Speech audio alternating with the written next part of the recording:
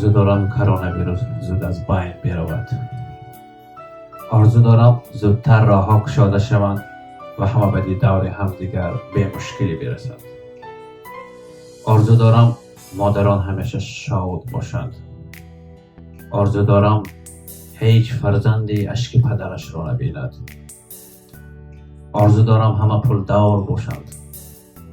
آرزو دارم هیچ وقت آدم ها تنهایی را احساس نکنند. آرزو دارم دروغ ها از بین برود. آرزو دارم دوستان همیشه شاد مسرور باشند. آرزو دارم مهر و محبت بین آدم ها زیاد باشد. آرزو دارم احترام همدیگر را داشته باشیم.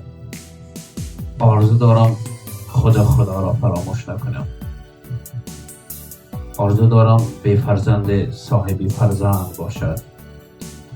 آرزو دارم معاش معلمان و طبیبان در تاجیکستان بلند برداشته شود. آرزو دارم گروه بازی ها در فیسبوک از بین برود. آرزو دارم هیچ نفری درباره محل صحبت نکند. آرزو دارم مهاجران را خداوند حفظش کند. آرزو دارم خوشبختی، خانه آبادی، تنسیتی، نصیبی همه ما باشد. آرزو دارم همه به آرزوهای نیکش برسد.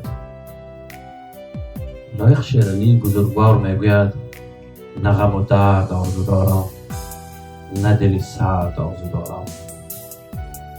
دشمنانم ضعیف نامردند، دشمن مرد آرزو دارم.